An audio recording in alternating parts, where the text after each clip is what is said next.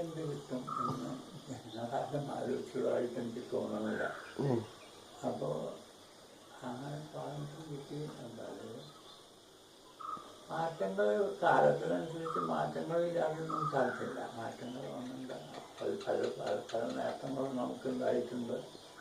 പക്ഷേ എങ്കിലും ചിലപ്പോൾ നഷ്ടപ്പെടാത്തത് നമുക്ക് നഷ്ടപ്പെട്ടിട്ടുണ്ടോ എന്ന് ചിലപ്പോൾ അങ്ങനെ തോന്നാറൊക്കെ ഉണ്ടാവും. നമ്മൾക്ക് അതിന് നമുക്കത് പുതിയ മാറ്റം മനസ്സിലാക്കാത്തോണ്ടാണോന്നറിയില്ല, അങ്ങനെ ചിലപ്പോൾ തോന്നാറുണ്ട്.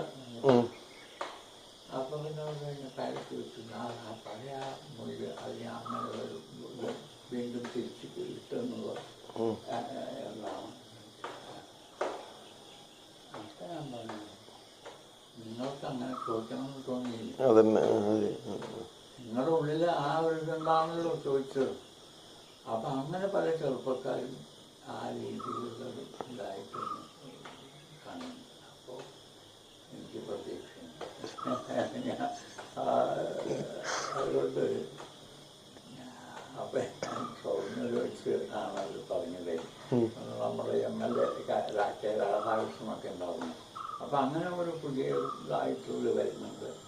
ഒരു നമ്മുടെ രാധാകൃഷ്ണനെ പോലുള്ള ആൾക്കാരൊക്കെ ഉണ്ടായിരുന്നു. അപ്പോൾ എനിക്ക് പ്രതീക്ഷയുണ്ട്.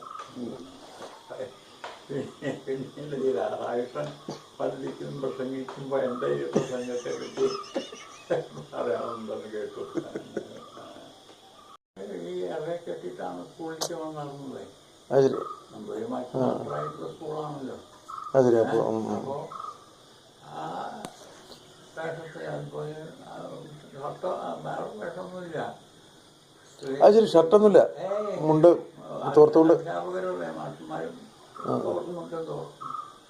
അപ്പം മറ്റ് ടീച്ചർമാർ 3-4 തോർന്നു. അവർ ആ മാസം മണക്കാലത്ത് കുളിക്കില്ല. അത്രയും